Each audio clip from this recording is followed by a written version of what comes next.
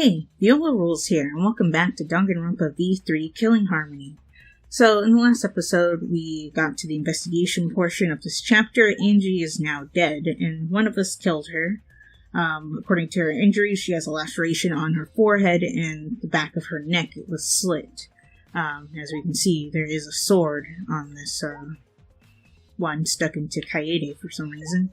But anyway, let's look at Angie's body real quick. Angie's body, she's lying face down in the middle of the room.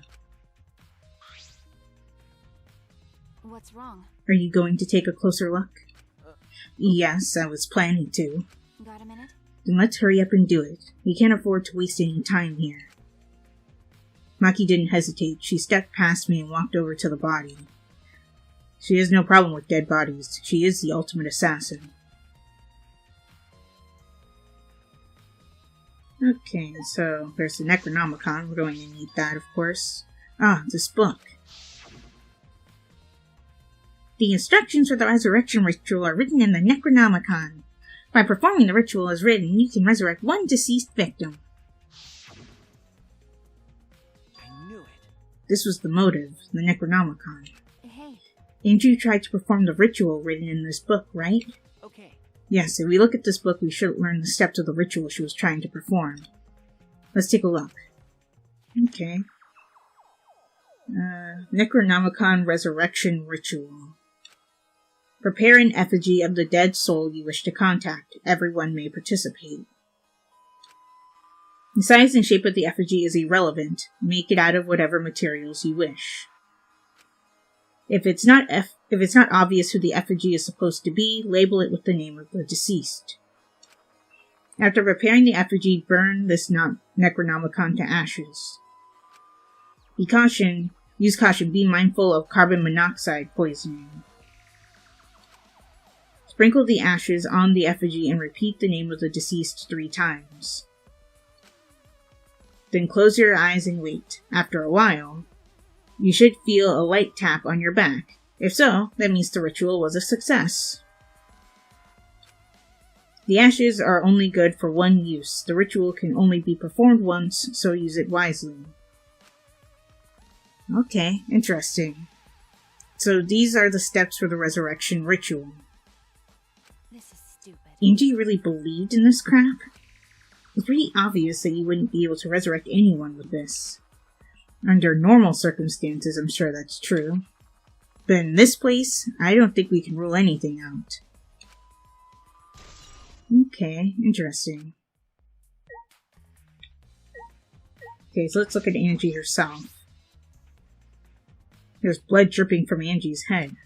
According to the Monokuma files, she sustained a stab wound to the back of the neck, as well as a laceration on her forehead.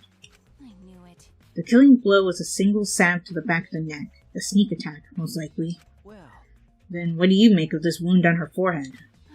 Maybe the culprit hit her in the head before stabbing her from behind. But her 2 wounds are substantially different. Did the culprit change weapons mid-attack? Oh yeah. I suppose that would be unnecessary. Remember. Also, the wound on her forehead looks deep, but it's not bleeding much. What is going on with these 2 wounds? Maybe they cut her and then did the laceration on her forehead afterwards? Forehead injury has been added. Huh? Huh? Huh? What's wrong, Maki? Got a minute? Move. Maki pushed me aside and lifted Angie's body up by the shoulder. Is this... What's this doing crumpled underneath her body? What is it? This is duct tape, right? What's duct tape doing here? I don't know, but it must be related to the case. Look, there are hairs stuck to the tape. Long hairs. Angie's, right? Bloody duct tape with Angie's hair on it. What could that mean? Somebody maybe tried to patch the wound on the back of her neck? But I'm surprised you spotted this, Maki. It was hidden under her body. So what? It was partially visible. As a detective, you should have noticed it before I did. okay. Ah, well, that's true. Well, even so, I guess you're still getting used to being around dead bodies. So don't beat yourself up over it. Okay. Well then, it's a good thing you're used to corpses, Maki. You wanna die? Sorry. Sorry, joking. I couldn't resist. Got a minute? You don't need to apologize. I was joking too. That didn't sound like a joke though. Okay, so... Reminded me a lot of Mikon's trial from the second game, but let's look at the hanging wax doll Kaede. The 4 effigies hung upside down makes them seem particularly eerie. Yeah, why are they hanging from the ceiling? Ropes are dangling from the exposed beams on the ceiling. Oh, because we have to reference the second game again, Nagito's death in that game. If I remember correctly. Angie made all of these wax figures. Hey, Is this rope from the warehouse? You're right. I believe so, and that means they won't be much of a clue. Anyone could have gone and gotten those ropes. Maybe the student council should have blocked the warehouse instead of the manhole. The warehouse does contain plenty of things that can be used for murder.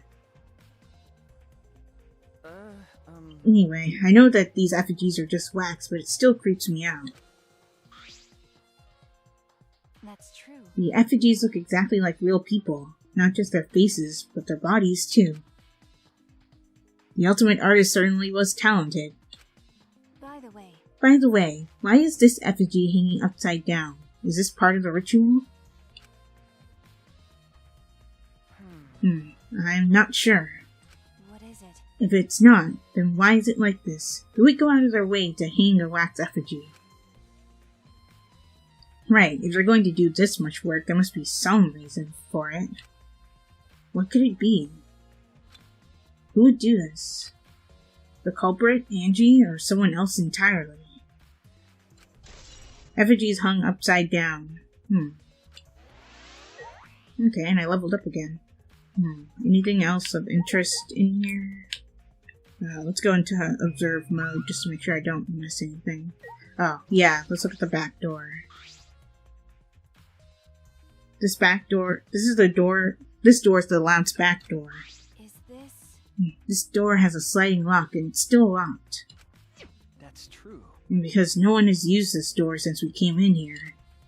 I believe Angie locked this door when she came in and it's been locked ever since. Hey, Oh wait, what's this?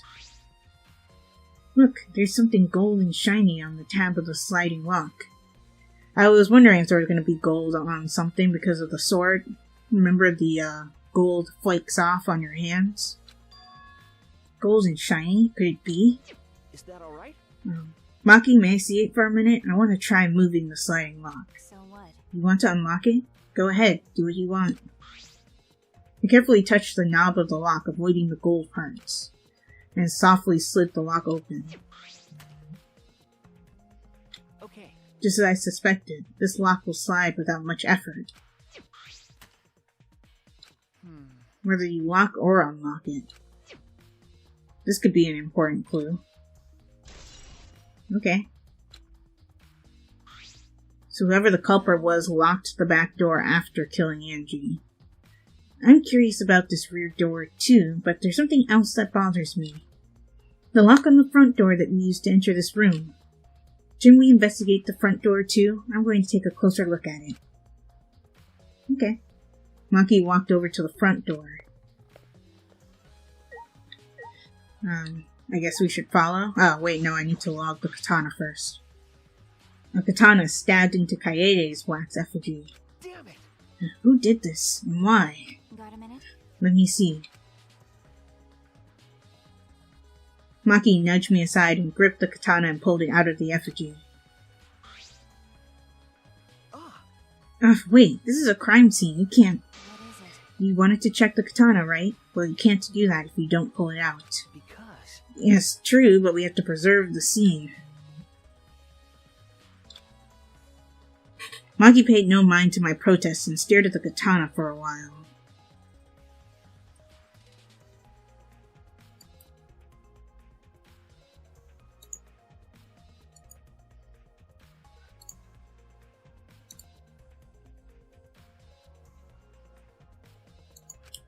Is this? It's a real katana, but there's gold leaf on it. Yeah, I believe it's the one that was on display in the Ultimate Anthropologist lab. Is that so? You can probably assume that this is the murder weapon, judging from the bloodstain on the tip. The edge is too rusted to cut well, but it would be enough to stab. So why was it stuck in the wax effigy? But why would they go through the effort of using this as the murder weapon? That's true. Good question. They could have gone to my lab and grabbed a more suitable weapon. Could it be? Perhaps it's because Kyo's lab is on the same floor. They just grabbed something close by. They may have been in a hurry. Well... Or maybe they needed a long weapon like this. Huh? A long weapon? Okay. My lab doesn't contain swords or any other weapons of this length. Huh? Really? That's true. I'm not sure how Monokuma found out, but he must know I don't use swords for work. When I first started working, I botched a mission using a katana. I haven't used a sword since, which is fine, because they're a hassle to carry anyway. I suppose everyone's lab is suited to them personally, just like Angie's was. Now that I think about it, we haven't seen our lab, have we? But how did they know all this? Anyway, the gold leaf on this katana flakes off easily. It's all over my hand now. Okay. It must be pretty old for the gold leaf to flake off that easily. Got a minute? Why didn't you say so earlier? My hands are all sticky now. I'll have to wash them later.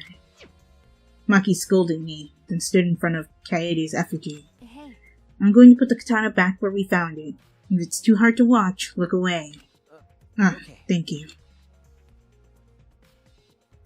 I averted my gaze and Maki stabbed the katana back into the wax effigy.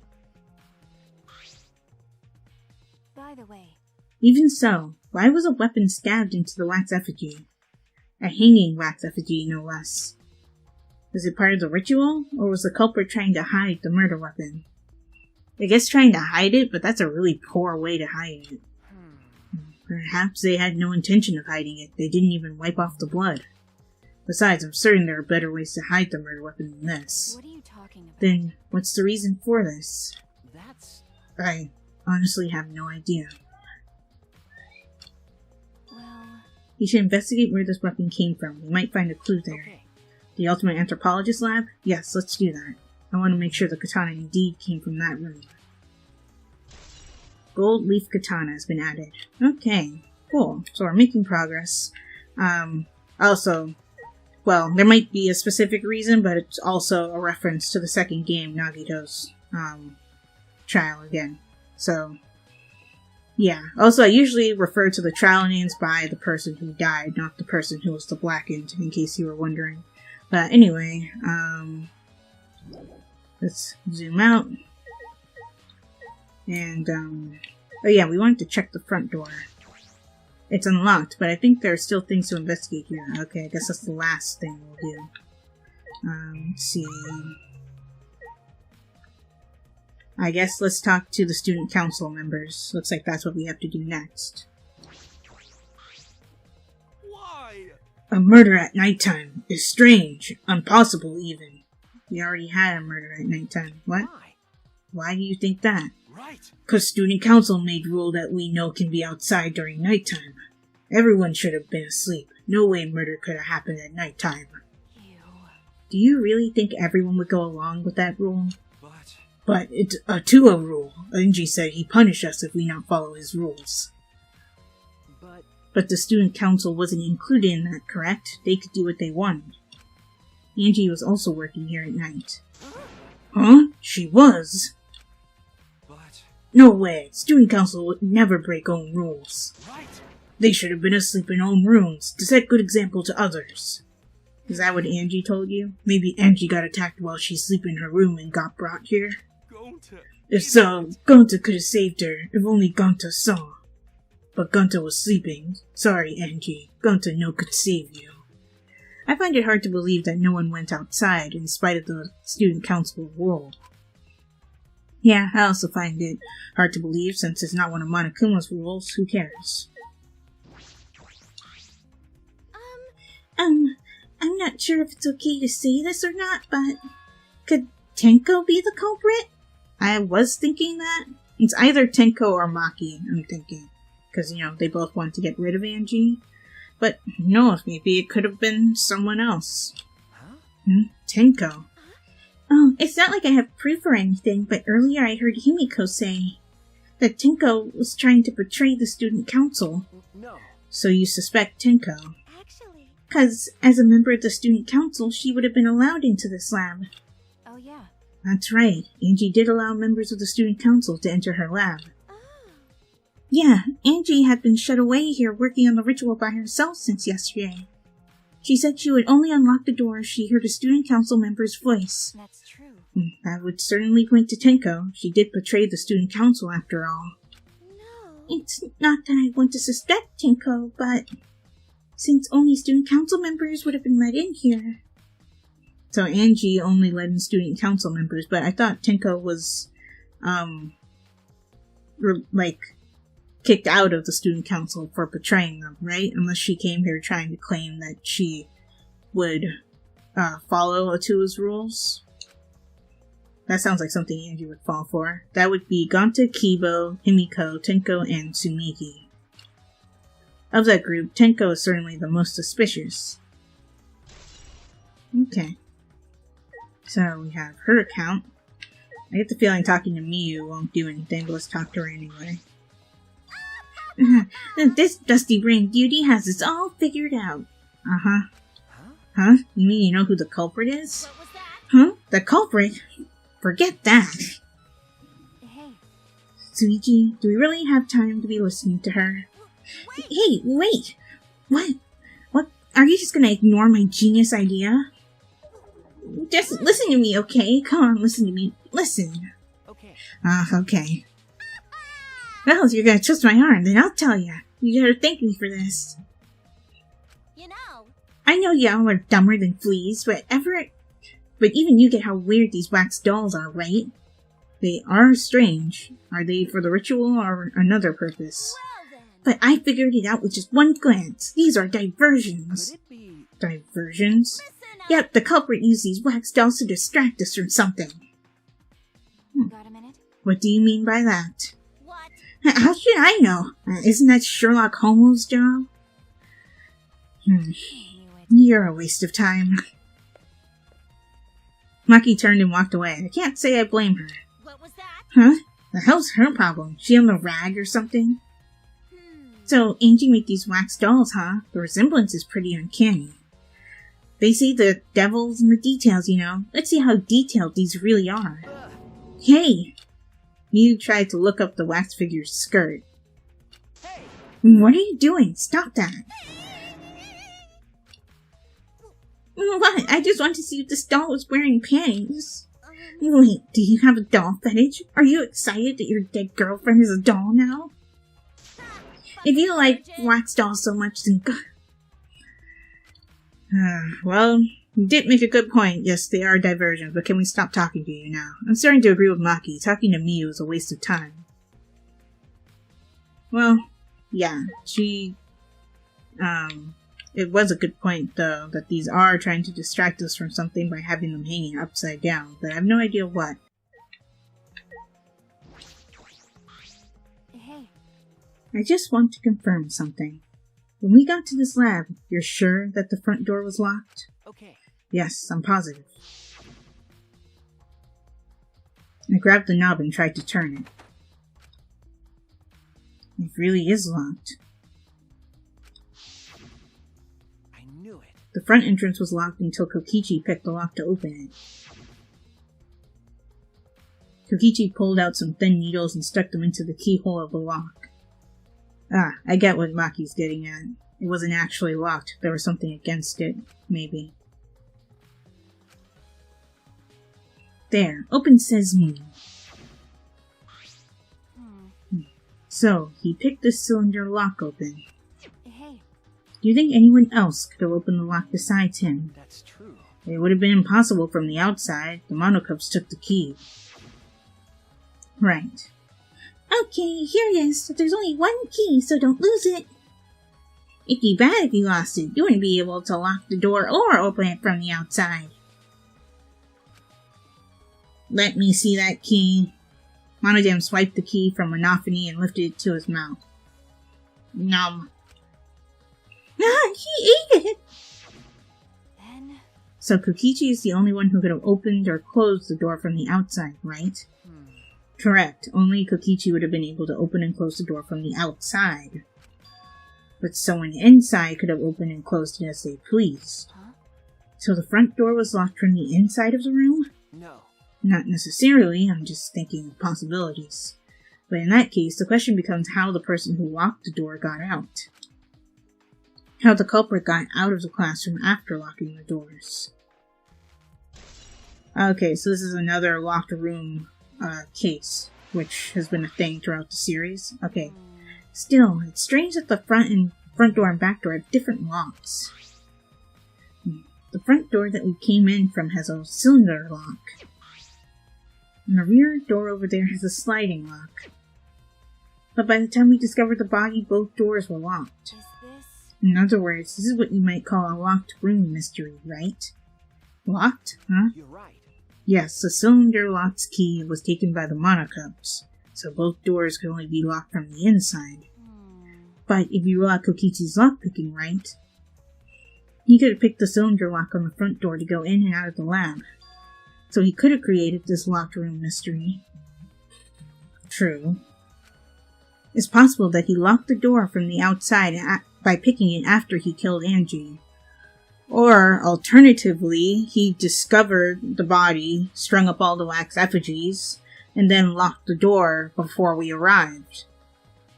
That's a possibility. If I remember correctly. That's true. That's right. Also, he appeared at an oddly convenient time when we tried to enter the lab ourselves. I knew it. He's clearly suspicious. It is suspicious, but that solution seems a little too convenient. Kokichi's lockpicking. Okay. Oh. Oh, really? I have to look it up. Apparently, I can look at the pool of blood beside Angie's body. Really? A small pool of blood has emanated from Angie's torso. This can't be from her forehead. The blood is from the back of her neck. Is this... This blood is dry. It must have been spilled a few hours before Angie was killed. Maybe more. That fits the 2 a.m. time of death listed in the Monokuma file.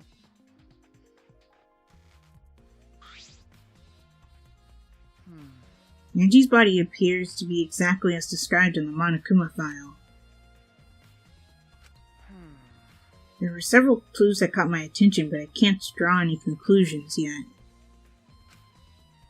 If you think about all the evidence in combination, that might tell us something. Let's continue the investigation for now. Maki, what's wrong? So what? It's not that important, but... The only time you're reliable is when you're investigating a crime scene. Is that supposed to be a compliment? Like I'd know. Who knows? You're certainly more reliable than Kaido, at least. That guy is useless. Anyway, let's continue. Finished investigating everything for now? Got a minute? It's really time to rest. I don't think we've found enough clues yet. We don't know how much time we have left to investigate, so we need to hurry up. You're right. You're right. But first we should investigate the ultimate anthropologist lab. We may find a clue related to the katana. That's true. It's true. We need to check if the katana really did come from that place. Is something wrong, Maki? By the way. It just occurred to me. Why am I acting like your partner? Sure, whatever. Well, it's fine. Just don't get used to it. It's not as if I asked you, but it's fine by me. It's true that Maki is a tremendous help to me. Yeah, it's great. Too bad I suspect her as being one of the possible suspects for being the Blackened, but we'll investigate the anthropologist lab next time. Also, the fact that the pool of blood next to Angie's body is dry, does that just mean the body has been here for a while? I guess they said that would fit with the time frame because it's now 5 hours later. But, I don't know. That's suspicious to me for some reason. But anyway, we'll investigate more in the next episode. But anyway, we'll investigate more in the next episode. If you guys enjoyed this one, give this video a like. Also be sure to like my Facebook page and follow me on Twitter, as well as support my Patreon, and check out my reaction channel. All those links will be in the description below, and subscribe for more. If you are subscribed or a new subscriber right now, be sure to hit that bell icon to get notified when I upload videos. This is Viola Rules, signing off. Talk to you later.